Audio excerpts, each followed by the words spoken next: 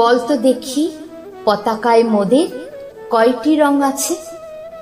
শিক্ষক এসে শুধালেন হেসে দ্বিতীয় শ্রেণীর কাছে।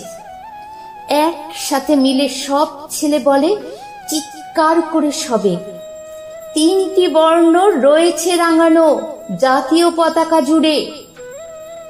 শ্রেণীর পেছনে বেঞ্চের কোণে শিশু ছিল এক বসে। পতাকার মাঝে 5 রং আছে, বলল সে মৃদু ভাষে। কথা তার শুনে বাকি শিশু কণে হেসে খায় লুটোপুটি। শিক্ষক রেগে বলেন হেঁকে, বোঝাও কি করে 5টি? মাথা নিচু করে ভয়ার্ত স্বরে সরল শিশুটি বলে, উপরে গেরুয়া, মাঝখানে সাদা, সবুজ আছে তার তলে, আর আছে আঁকা গোলাকার চাকা, নীল রং আছে এতে। শিক্ষক বলে, এটিকে ধরলে তবুও হচ্ছে 4টে। অবোধ শিশুটি বলল তখন, রং আছে আরো এক, লাল লাল ছোপ দাগ দেখা যায় ওই পতাকার মাঝে।